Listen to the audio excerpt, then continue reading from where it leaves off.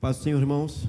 Ainda sobre o batismo com o Espírito Santo, abra a sua Bíblia no livro de Atos, Atos capítulo 1. Nós já estamos terminando esse assunto. Se houver mais alguma dúvida ou colocação, esse é o momento. Atos, na verdade, Atos capítulo 2, tá? Do verso 1 ao verso 4, nós já falamos, vamos partir daqui. Só vou ler alguns textos aqui, mostrando como essa experiência ela se repete. Você encontrou aí Atos 2? Ao cumprir-se o dia de Pentecostes, estavam todos reunidos no mesmo lugar. De repente veio do céu um som como de um vento impetuoso e encheu toda a casa onde estavam sentados. E apareceram distribuídas entre eles línguas como de fogo, os quais pousaram sobre cada um deles. Todos ficaram cheios do Espírito Santo e começaram a falar em outras línguas, segundo o Espírito lhes concedia que falasse. Essa aqui é a primeira referência, o primeiro relato da experiência do batismo com o Espírito Santo. A partir daí, essa experiência ela vai se repetir mais adiante no capítulo 4. No capítulo 4. O texto vai dizer a partir ao verso 31 só. Atos 4, 31. Alguém leia para nós.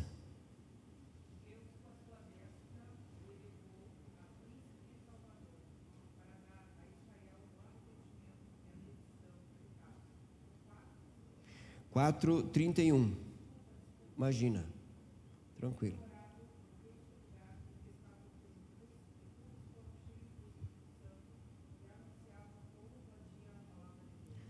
Percebam aí que mais uma vez, tá?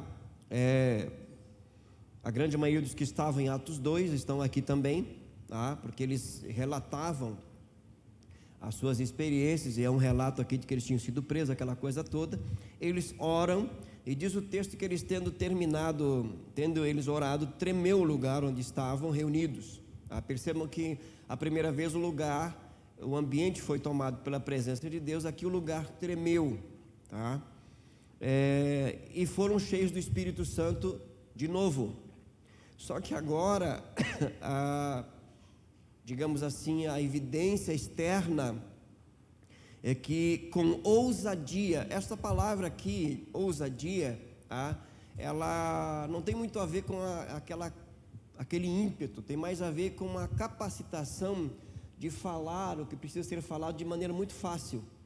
E isso foi uma das coisas que impressionou as autoridades religiosas, porque a grande maioria desse pessoal aqui, principalmente os apóstolos, eles não tinham uma formação, nas escolas teológicas da época, mas ao ouvirem eles falar com ousadia, isto é, com fluência, com facilidade, com convicção, eles perceberam, as autoridades, que na verdade eles estavam sendo capacitados, tá? Então essa é também uma das evidências do derramamento do Espírito de Deus. Os irmãos estão conseguindo fazer essa leitura aí?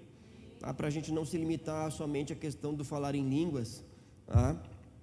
Mas essa realidade aí de falar com ousadia, né? Ou com facilidade, na verdade, aquilo que precisa ser falado, na verdade, que anunciar, né, a ação do Espírito de Deus, anunciar as grandezas de Deus com fluência, com facilidade, que é uma obra do Espírito de Deus. Vamos lá para Atos, capítulo 10.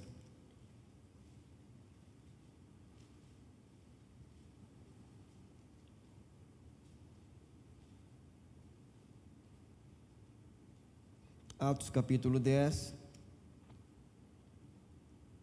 versículo 44, olha só o que diz, Atos 10, 44. Enquanto Pedro falava estas palavras, o Espírito Santo caiu sobre todos os que ouviam a mensagem.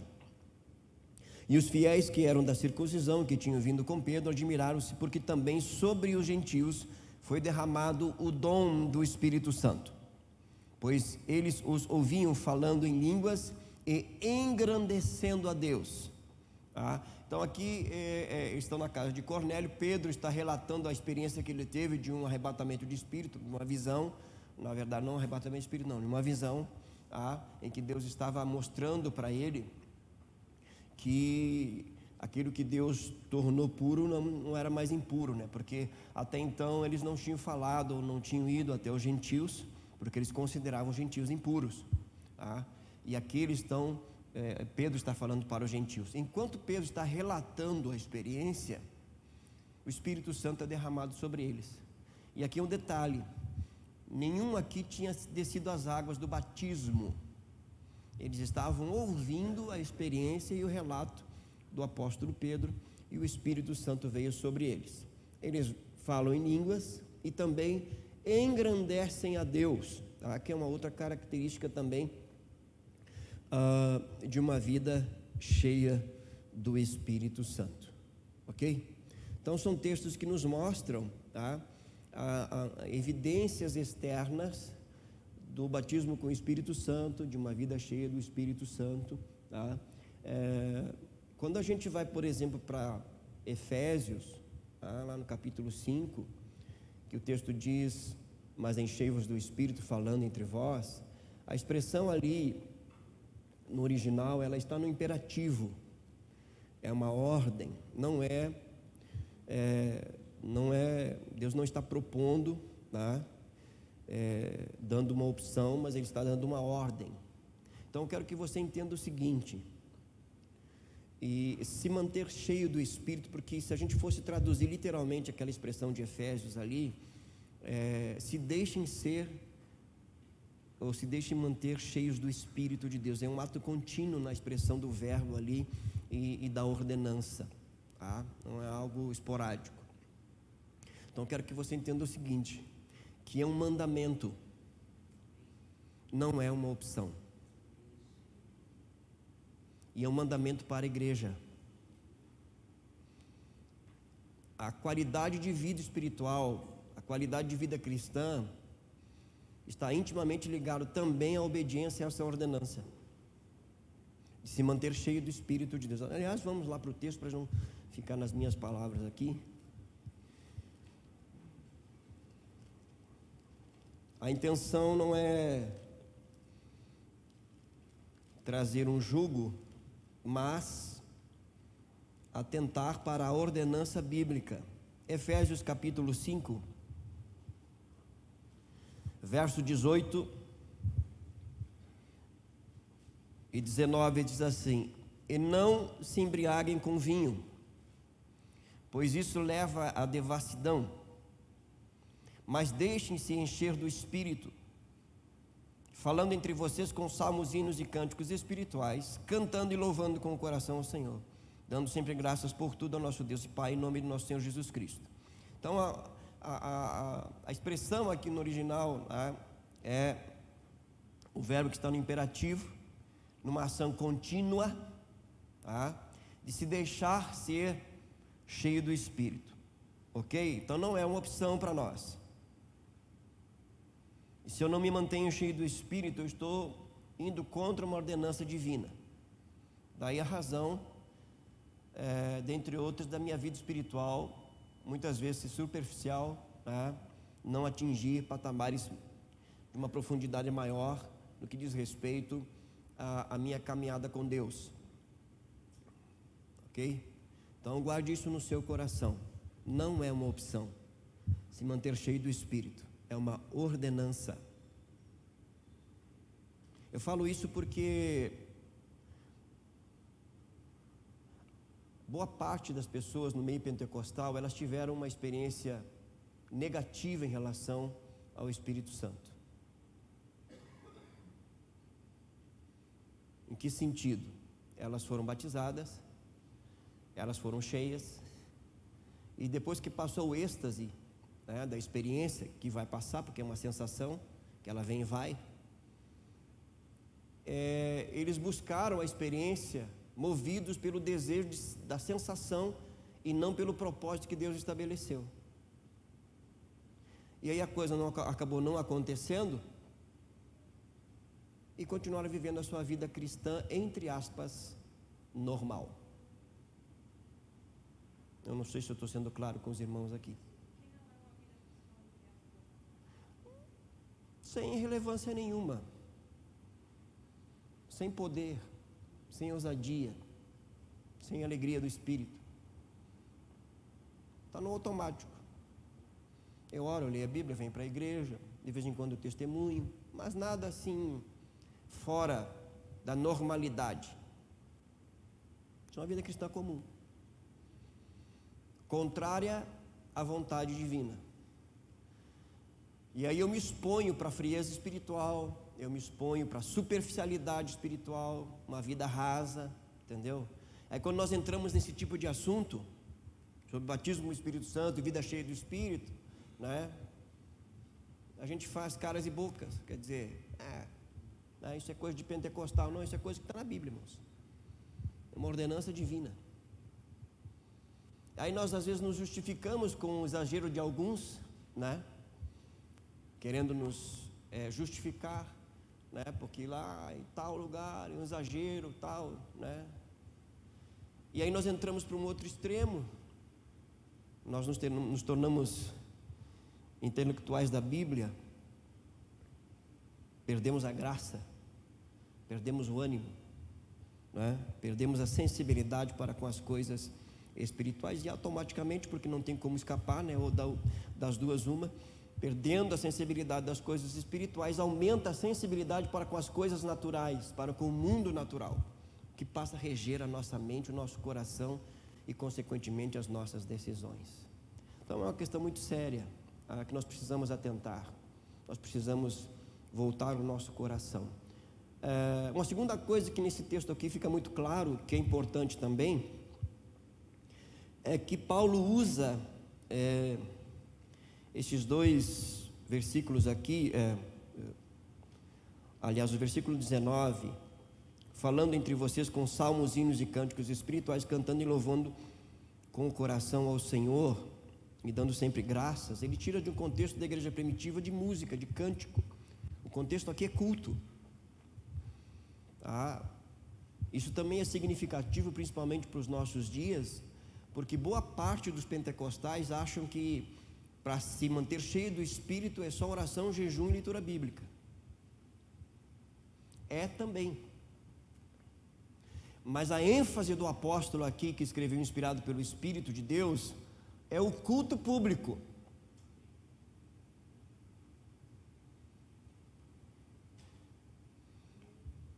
Eu me encher do Espírito no culto. Não é vir por hábito, por costume, entendeu? Por dever de consciência, porque eu estou na escala, ou porque eu convidei fulano. Tudo isso tem o seu valor, como também pode atrapalhar. Mas o que Paulo está falando aqui é vir para um ambiente de culto para se encher do Espírito. É com essa expectativa e com essa disposição. De que maneira? Primeira coisa, falando. O que falando? Falando entre vocês, com salmos, hinos e cânticos espontâneos. Cânticos espirituais aqui é cânticos espontâneos. Você sabe o que é cântico espontâneo ou não? Você já viu alguém aqui se exercitar no cântico espontâneo ou não? Um tempo atrás. Eu vi no último culto aqui, pastor Felipe, no cântico espontâneo. É o que Paulo está falando. E que para a grande maioria, muitas vezes, é uma coisa meio estranha, né? Fora do... Uma vez alguém me perguntou, para que isso? Digo, olha, você está precisando ler mais a Bíblia, irmão. Essa é a resposta que eu te dou. Cântico espontâneo. Falando. Aí ele vai dizer o seguinte, conversa, né? Aí vai dizer assim, ó,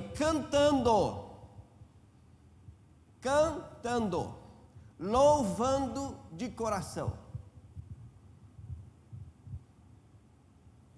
Para aqueles que acham que o momento mais importante do culto é a palavra, em certo aspecto é, porque é Deus falando. Aí não canta, não louva, e aí não se enche do Espírito. É simples assim. É uma prática muito comum, irmãos. Entenda que isso aqui é uma orientação apostólica, tá? Ela não é uma apostólica romana, mas é apostólica, né? Porque nós somos católicos apostólicos, só não somos romanos, ok, irmãos? Nós somos católicos apostólicos. Eu não sou católico. Eu sou católico, nós somos católicos, sim. Católico significa universal, irmãos. Apostólico é que nós estamos firmados na doutrina dos apóstolos. Quem é de Roma se rende a Roma, entendeu? Quem não é de Roma está rendido a Cristo. Entendeu a diferença aí? Então é uma orientação apostólica. É hora de cantar no culto, eu vou cantar. Viu? É para louvar, eu vou louvar. É para orar, eu vou orar. Eu vou ficar viajando na maionese, fumando maconha. Não, por favor. Irmãos, não é para vir para o culto para assistir, não, é para cultuar. Aí ele vem, sai pior do que entrou. É por causa das luzes, é por causa do som, é por causa do louvor, é por causa da pregação, é por causa disso. Não, irmão, é porque você não cultuou, você participou só. Veio para bater o cartão, né? Estou aqui, né? Qualquer coisa aí, né? Cumpri meu horário. Não, irmão, está faltando em nós essa disposição de se entregar, e não está falando nada aqui de saber, não saber cantar, não saber louvar, não tem nada a ver com isso, irmãos. É a disposição de coração ao Senhor. Vai cantar para Deus, vai louvar a Deus, vai orar para Deus, sabe? É para Deus, o centro do culto é Deus. Com o coração agradecido, dando sempre graças por tudo, não é em tudo, é por tudo, sendo agradecido. Então, essas práticas no culto nos mantêm cheios do Espírito. O contrário também é verdadeiro. Se eu não praticar, eu vou continuar do mesmo jeito, sabe? Vou empurrando, levando a vida leva eu, né? Esperando aí que Jesus venha, né? Quem sabe eu subo. Então, são coisas muito práticas que nós precisamos atentar, tá? E que vai gerar, ou vai nos introduzir em experiências genuínas e verdadeiras, porque elas têm fundamento bíblico,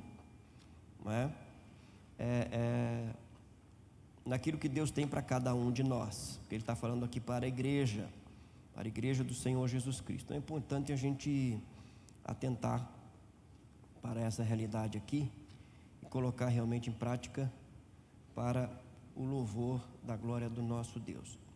Porque é vontade de Deus e a ordenança divina que nós venhamos a nos manter cheios do Espírito Santo, dessa forma, dessa maneira aí.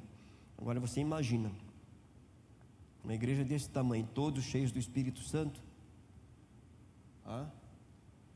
e aí, irmãos, nós vamos para as escolas, para a faculdade, para a rua, né? Vamos ser igreja fora da igreja. Você entende isso ou não? Vamos para lá para anunciar Jesus de maneira graciosa e poderosa. Bom, dada a devida introdução, vamos lá para a lição 7, página 51, ainda falando sobre a questão do Espírito Santo, só que agora em relação à nossa luta interior, carne e espírito, espírito contra a carne. Então nós vamos entrar nesse assunto que também não é de menos importância. Uma vez habitados pelo Espírito de Deus, nascidos de novo, nós vamos viver essa luta interior, que é uma das evidências do novo nascimento, é uma das evidências de que nós estamos em Cristo Jesus. Que se você não tem nenhuma luta interior, meu filho, está morto, né?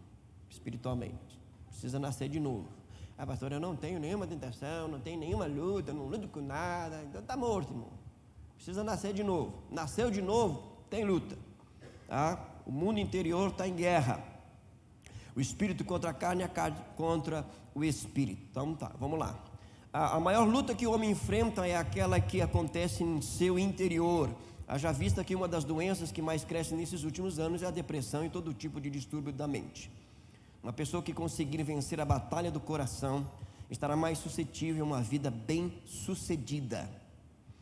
Conta-se a história de um homem no campo que fez, vez ou outra, ia para a cidade comprar mantimentos acompanhado de seus 2 cães, um branco e um preto. Os homens da cidade aguardavam o homem com ansiedade, pois seus cães eram postos em batalha para que apostas em dinheiro fossem feitas. Aquilo gerava diversão e lucro para os ganhadores. Um dos apostadores percebeu que o camponês era quem mais lucrava com as apostas, pois parecia sempre saber qual cão ganharia a briga. Questionando a respeito disso, ouviu: eu sempre sei quem ganhará, pois não dou de comer a um deles por uma semana, enquanto o outro é alimentado. Assim, aquele que está mais forte acabará vencendo. A realidade do nosso coração não é diferente dessa ilustração. Existem 2 cães, entre aspas, lutando dentro de nós, a carne e o espírito. Alguém abra para nós aí, Gálatas capítulo 5, verso 17. Gálatas capítulo 5, verso 17. Pode ler. Porque a carne milita contra o espírito e o espírito contra a carne, porque são opostos entre si, para que não façais o que porventura seja o vosso querer. Paulo usa essa expressão, porque a carne milita. Essa expressão ela é de um contexto militar, do exército, tá? Militar é guerrear, é literalmente se opor com veemência, tá? Com violência, com o propósito de neutralizar o inimigo.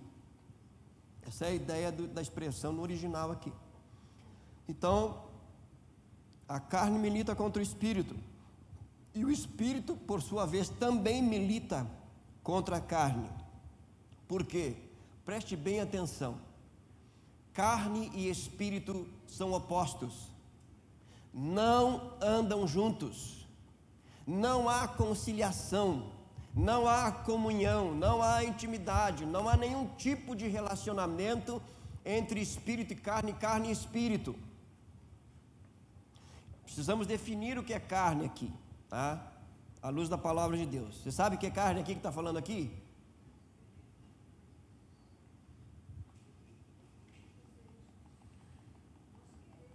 Exatamente, a nossa vontade contrária à vontade de Deus. Preste atenção. Domingo, no segundo culto, o pastor Wagner falou sobre tomar decisões com base em nossas necessidades, nossas carências, e esse é um aspecto fundamental da carne, porque a carne sempre está desejando, e quanto mais eu venho a satisfazê-la, mais ela vai desejar. Sabe por quê? Porque ela é insaciável, por isso que ela tem que ir para a cruz. Não tem outra maneira de lidar com a carne, irmãos. Não tem. Quanto mais eu satisfazer a carne, mais vontade ela vai ter, porque ela é insaciável. Enquanto que o Espírito é a vida, é a nova vida em Cristo Jesus. Todo nascido de novo tem a vida do Espírito na sua vida, porque não há vida cristã sem a presença do Espírito. É nova criação, né? Não é criatura, é nova criação, tá? É o nosso mundo interior. Nosso espírito foi vivificado pelo Espírito de Deus, e o Espírito de Deus passou a habitar no nosso espírito. A partir dali, ele opera a santificação na nossa alma, também no nosso espírito, logicamente, porque há pecados da alma e pecados do espírito, né? Nos transformando à semelhança de Cristo. Aí se trava a batalha, aí se trava a guerra, tá? Entenda que essa guerra só vai ter fim quando nós recebermos um novo corpo, tá? Corpo glorificado, porque aí sim, porque o pecado em nós ele não foi erradicado, ele perdeu o seu governo, ele perdeu a sua autoridade. Agora quem reina em nós é Cristo, mas ele está lá. Então, os nossos desejos precisam estar subjugados ao senhorio de Cristo no poder do Espírito. Isso é vida no Espírito. Então, constantemente, nós vamos ter embates, pensamentos, sentimentos, vontades, sonhos, projetos, ser tentados a tomar decisões, fazer escolhas que sabemos que não é da vontade de Deus, que sabemos que Deus não tem parte com aquilo, porque o cristão sabe, nascido de novo sabe, mas nós somos tentados, e aí nós precisamos então, e aí a ilustração aqui, embora ela seja uma ilustração mesmo, mas dá para pegar alguma coisa aqui, que é o seguinte: embora o Espírito habite em nós, nós precisamos cultivar uma vida espiritual, para que a sua influência sobre nós seja maior do que a carne. O que for mais alimentado terá mais influência sobre nós. Não tenha dúvida disso. Por isso que nós voltamos para o princípio lá de uma vida cheia do Espírito. Então, à medida que nós vamos caminhando e amadurecendo, o Espírito de Deus vai ministrando em nós algumas coisas que nós precisamos deixar e outras que nós precisamos trazer como prática para as nossas vidas. Entenda, tudo que passa pelas portas dos 5 sentidos, 5 sentidos são janelas, tudo que passa pelos 5 sentidos vai para a nossa mente, e se nós não filtrarmos, se tornarão em pensamentos, pensamentos se tornarão em vontades, práticas, hábitos, e que culminará no nosso destino. É um processo, irmãos, entendeu? Então eu tenho que vigiar, eu tenho que fazer uma leitura do que eu estou colocando diante dos meus olhos, o que eu estou ouvindo, o que eu estou falando, sabe? Aonde estão indo os meus pés? Estou desenhando aí ou não? Eu preciso estar atento, porque Paulo fala lá no mesmo texto de Efésios, vede prudentemente como andai, não andeis como nécios, mas como sábios. Nós somos sábios em Cristo, ok? O nécio, o tolo na Bíblia, é aquele que desconsidera os princípios estabelecidos. Então, é preciso atentar para isso. A vida que busca satisfazer os desejos pecaminosos é chamada na Bíblia de vida na carne. A palavra no grego, porque traduz carne, é sarkis. Sarkis, que significa a natureza humana inclinada ao pecado. Já o viver no Espírito é a busca por agradar a Deus. Perceba aqui que a vida no Espírito não é para obter algo de Deus, não é para ter a aprovação divina, não é para receber algo de não é para agradar a Deus, porque tudo que nós precisamos Ele já nos deu, está em Cristo. Ok? Então é para agradar a Deus.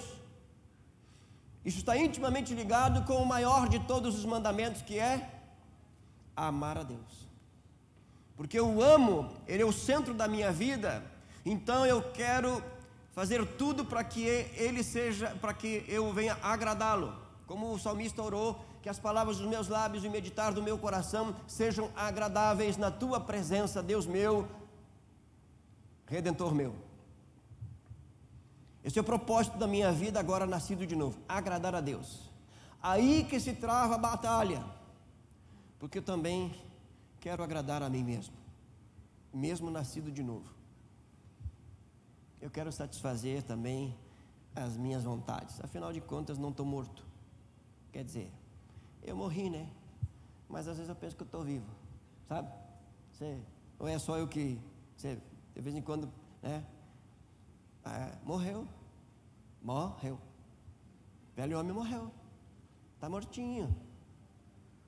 Mas, então, aí se trava. Nessa batalha da carne e espírito, sempre vencerá quem melhor estiver alimentado. É fantástico isso aqui, irmãos. Não é aqui uma imposição, não é aqui uma ameaça, é simplesmente o chamado a fazer uma leitura correta. Pastor, por que eu não consigo vencer? Depende. Você quer vencer? Alimenta mais um do que o outro e você vai vencer. Claro que falando isso é fácil, mas na prática é um pouco mais complicado, né, irmãos? A gente sabe disso. Entenda, não é o Espírito Santo que precisa ser alimentado, pois ele é Deus.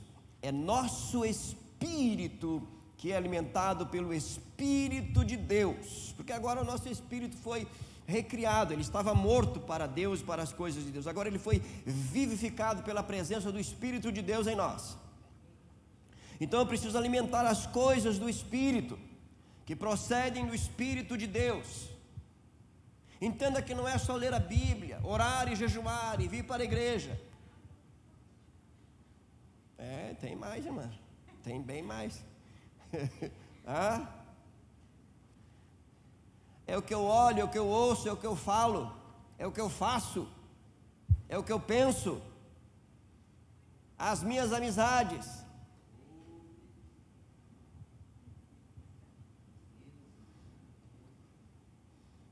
as minhas conversas.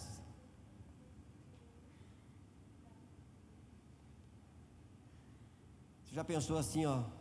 Você está com os amigos ou amigas, né, onde a maioria não é cristão, você está lá, aquela conversa boa, agradável, e aí você faz a seguinte pergunta: se Jesus estivesse aqui, ele estaria falando sobre esses assuntos?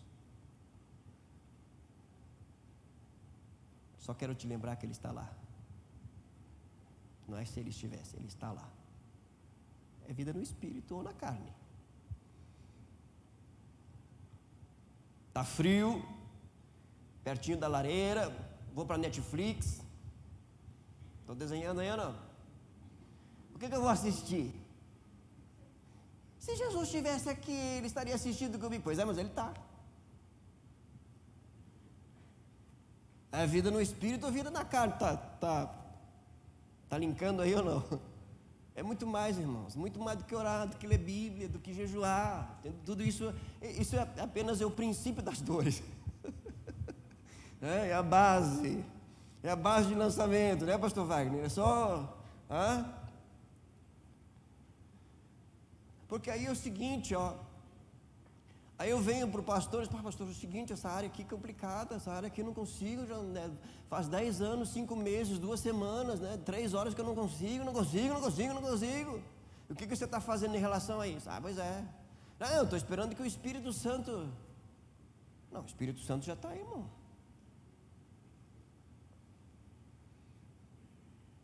É uma resposta, é interagir com Ele.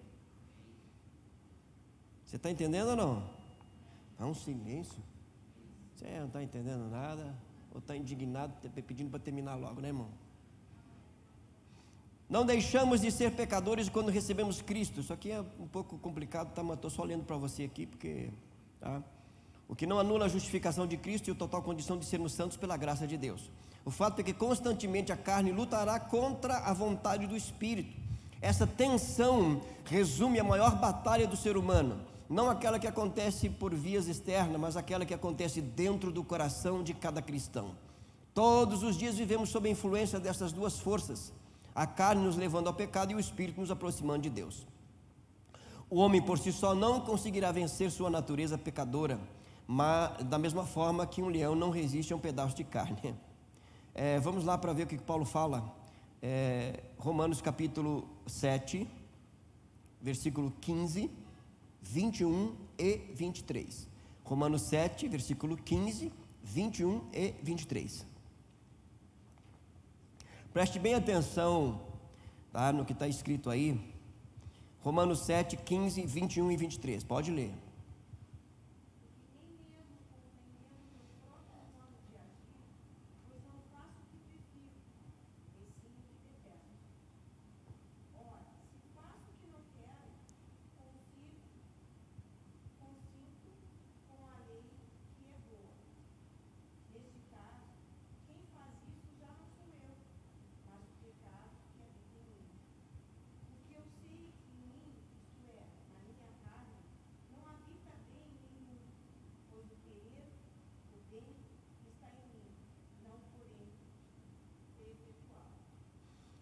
Olha só a luta do apóstolo Paulo.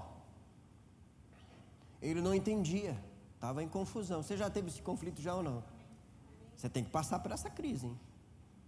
E ela vai acontecer várias vezes. À medida que você vai crescendo, vai amadurecendo, essa crise vem com força e você não sabe nem quem é, onde está, nem para onde vai. Por um momento você está totalmente perdido. Paulo está dizendo assim: eu não entendo. O que eu quero, olha só, a vontade foi transformada. O que eu quero, o bem que eu não faço. Ele quer fazer o bem, porque ele foi transformado no seu interior, mas ele não está conseguindo trazer isso para a prática de maneira plena. O bem que eu quero, não faço. O mal que eu não quero, ele não quer, porque a sua natureza foi transformada. Vejam a diferença, irmãos. O não regenerado não tem isso. O não regenerado, ele não quer o bem, ele quer o pecado. Ele ama o pecado. O regenerado, ele não quer o mal, ele quer o bem. Mas quando ele traz isso para a prática, ele encontra uma batalha que se trava. Ele tem prazer na lei de Deus, mas ao mesmo tempo ele transgride a mesma lei que ele tem prazer. Aí ele vai dizer assim: miserável homem que sou, quem me livrará do corpo desta morte? Paulo entende o seguinte, que enquanto ele estiver nesse corpo, ele vai ter essa luta. Em alguns momentos essa luta vai se intensificar, levando ele a uma crise existencial. Será que eu nasci de novo mesmo? Será que eu estou salvo? Não é possível. Achei que já tinha resolvido essa questão, achei que, sabe?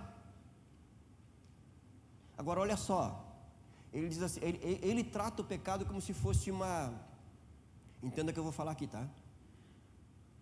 Porque, né? Uma entidade, não estou falando de demônio, tá?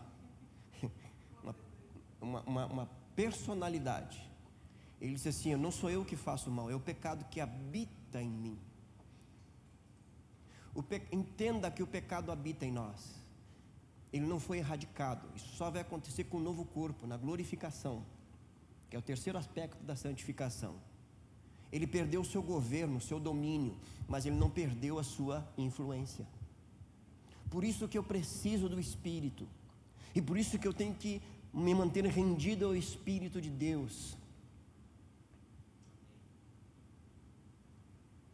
Se você vive ou já passou por essas lutas, essas crises,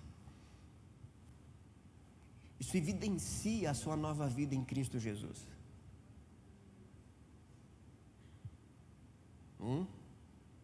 Lembra da experiência do irmão que eu contei aqui? Uma vez terminou um culto, o irmão chamou para orar, aliás a esposa dele, para orar por ele. Ele estava desesperado, chorando. Achei que tivesse acontecido alguma tragédia, uma coisa. Esperei ele se acalmar, ele se acalmou e disse: pastor, ora por mim, pegou da minha mão, botou na cabeça dele. E eu não oro enquanto você não saber o que é, né, irmão? Orar sem saber? Eu sou adivinho. Aí ele disse assim: pastor, ora por mim. Eu disse: mas irmão, qual é o pedido? Pastor, eu não nasci de novo. Isso aí não tem oração que resolva, irmão. Ele disse: por que o irmão não nasceu de novo? Pastor, eu tenho lutas, Aí começou a falar. Ele estava vivendo essa crise de uma intensidade tal, que ele estava acreditando que não tinha nascido de novo, porque ele não queria mais algumas práticas, ele não queria mais agir de alguma maneira que ele sabia que desagradava a Deus. Então ele estava em desespero.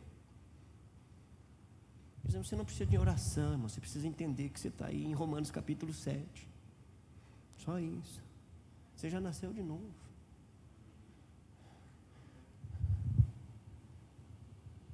Vê como é importante a gente ler a palavra? Aí abri com ele a palavra lá em Romanos. Olha aqui. Quem é que está falando aqui? Paulo. Então tira o nome de Paulo e coloca o seu aí. Aproveita e coloca o meu também, porque de vez em quando eu também entro nessa crise.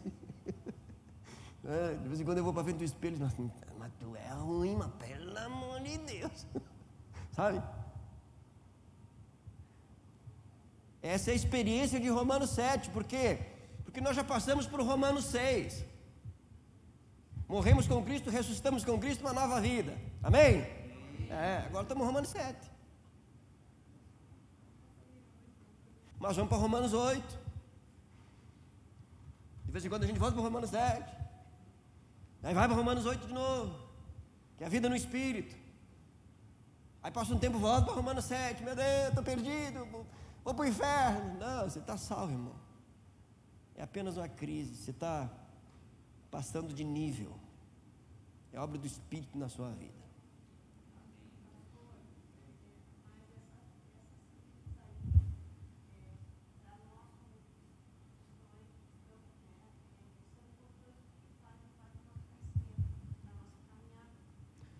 Faz parte.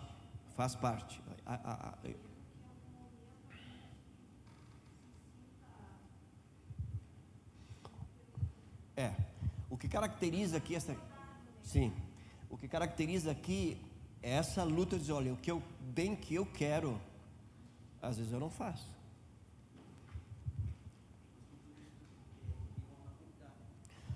Vai levar a maturidade. Na verdade, esse é o processo, faz parte do processo de santificação. Tá? O problema é que muitos aqui, por falta de entendimento e compreensão, caem em condenação. Escute o que eu vou falar para você. Uma das maiores armas que Satanás usa para nos prender em práticas pecaminosas é o sentimento de culpa. Não é a culpa. Sentimento de culpa. Eu pensei, eu senti, me sinto culpado. Mas eu não fiz. Eu não pratiquei. Eu não transgredi a lei. Mas eu pensei, eu senti, eu fui tentado. Você está vivo. O Espírito de Deus habita na sua vida. Você entrou num processo de tentação, mas você não cedeu à tentação. Então você não pecou. Por que você se sente culpado? Satanás na sua mente, olha só. Você diz que nasceu de novo, olha aí, ó. Você diz que o Espírito de Deus habita na sua vida. Como é que você está pensando nesse negócio? Como é que você está sentindo isso? Seu pecador miserável. Olha aí, ó, Deus está triste com você. Deus está zangado, vai pesar a mão sobre a sua vida, você vai ver. As portas vão se fechar. Está desenhado na fisionomia de vocês aí. E aí o que acontece? É uma questão de tempo. O camarada vai, não tem jeito mesmo, não tem oração, não tem jejum, não tem nada, não tem campanha. Eu vou fazer. Porque o sentimento de culpa potencializou o desejo de fazer aquilo que é contrário à vontade de Deus. Escute que o Espírito Santo, ele não trabalha com sentimento de culpa. Ele trabalha com quebrantamento. Pastor Wagner.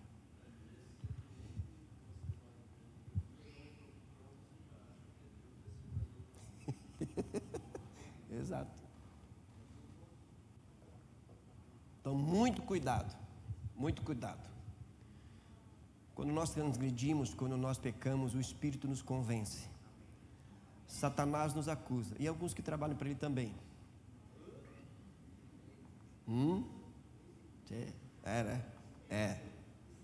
Alguns que trabalham para ele também. Mas o Espírito nos convence. Nos leva ao arrependimento. Amém, irmãos? O homem é escravo de seus desejos pecaminosos, a menos que Cristo o liberte, para então verdadeiramente ser livre, e só então pode decidir pelo Senhor. Não existe liberdade sem Jesus, só escravidão. Antes de entrar aqui na questão da natureza da carne, e vamos falar das obras da carne e o fruto do Espírito, que vai ser uma lição bem longa, nós vamos falar sobre cada obra da carne e cada fruto do Espírito. Antes disso, eu quero trabalhar com vocês alguma coisa aqui importante, tá? Que está em Romanos capítulo 8. Romanos capítulo 8. Tá? Romanos capítulo 8, a partir do verso 1, eu vou ler, você acompanhe, aí a gente vai conversando, ok? Fundamental. Romanos capítulo 6 é a santificação a partir do novo nascimento. Morri com Cristo, ressuscitei com Cristo. Romanos capítulo 7 é a santificação através da minha postura correta com relação à lei. A lei não santifica, a lei não restaura, a lei só me condena.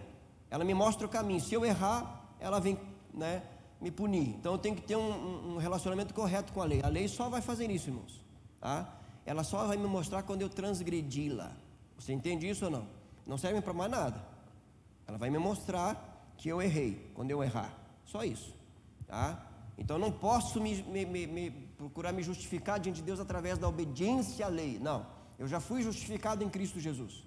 Ele cumpriu a lei no meu lugar. Então, eu sou um homem, ou você uma mulher que cumpriu a lei em Cristo Jesus. Amém? Entenda isso. Romanos capítulo 8 é a santificação através de um relacionamento correto com o Espírito de Deus, tá? E com o nosso posicionamento em Cristo. Olha só como ele começa a falar aqui em Romanos 8. Romanos 8:1 diz assim: agora, pois, já não existe nenhuma condenação para os que estão em Cristo Jesus. Você está em Cristo? Então não tem nenhuma condenação sobre a sua vida.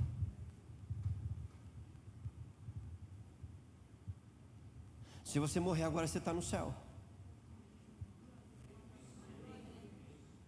Pastor, depende, né? Não depende de nada, irmão. Você está em Cristo. Essa é que é a questão. Você está em Cristo, tá ou não está? Então você está salvo. Não foi o batismo que te salvou. Banho não salva ninguém, irmão.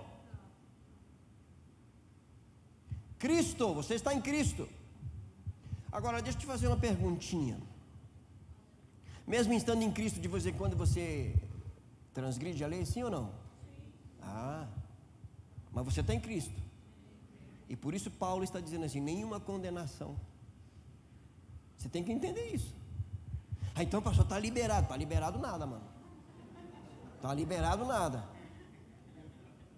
Está liberado. Quem está em Cristo está em crescente santificação. E quando peca, se entristece porque pecou contra Deus, se arrepende, Deus perdoa e continua caminhando, continua andando. Está em Cristo. Está em Cristo. É assim que funciona. Ele está em Cristo. Ele não está em pecado, mas às vezes ele peca. São duas coisas distintas: estar em pecado e pecar. São duas coisas distintas. Tome cuidado com isso.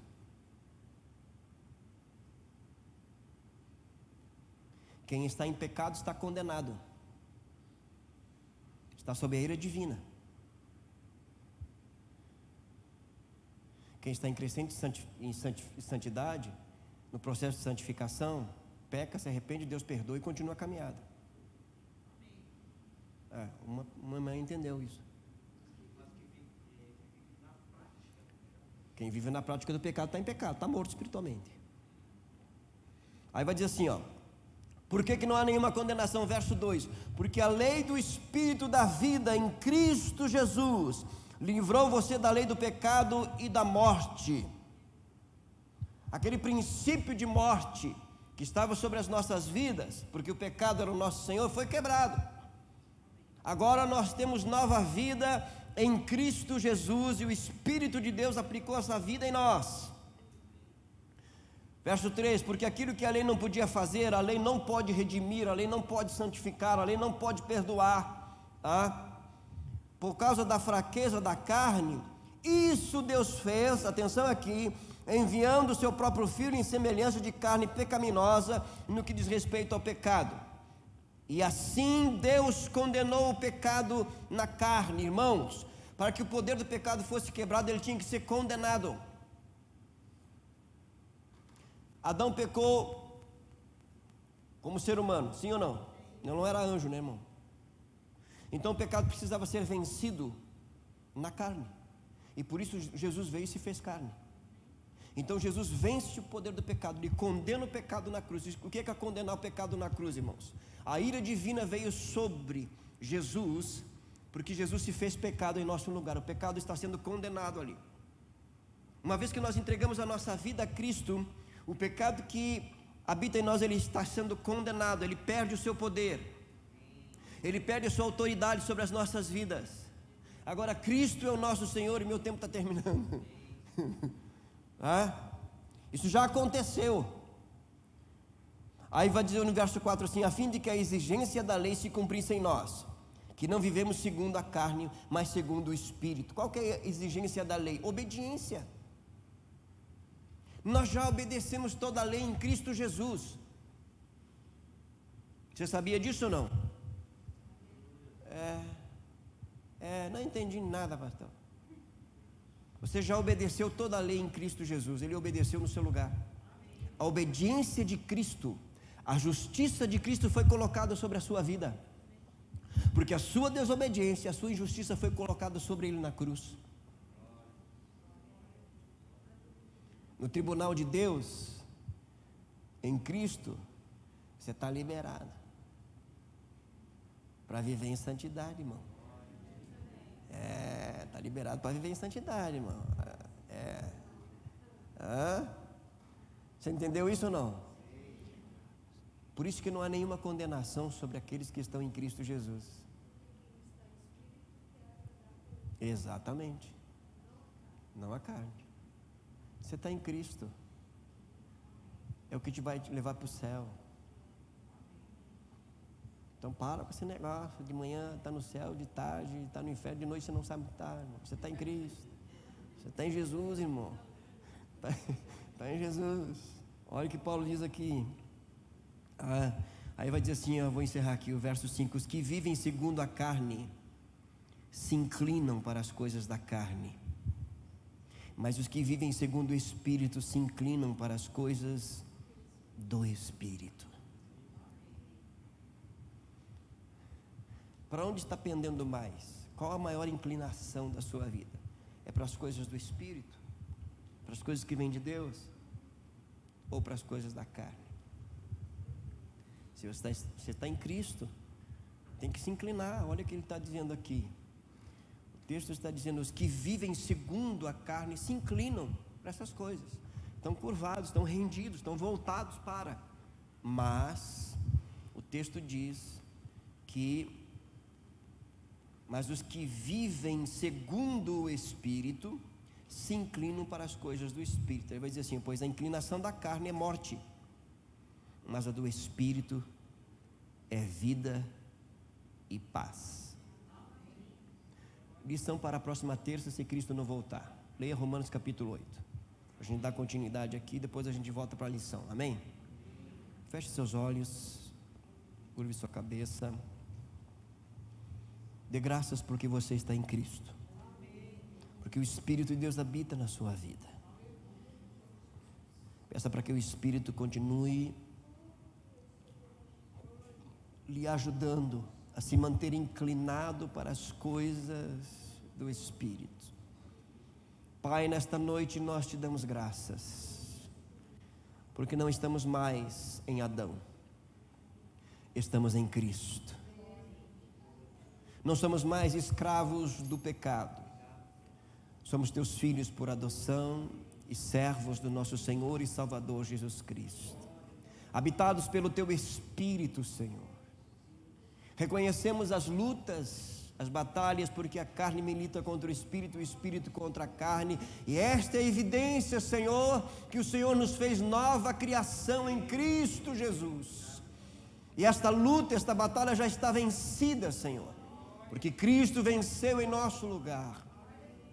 Ajuda-nos a viver essa realidade, nos deixando ser guiados por Ti, ó Espírito, influenciados por Ti, ó Espírito, alimentando o nosso espírito com aquilo que vem da parte de Deus para as nossas vidas, de maneira que nos mantenhamos inclinados para as coisas que vêm de Deus.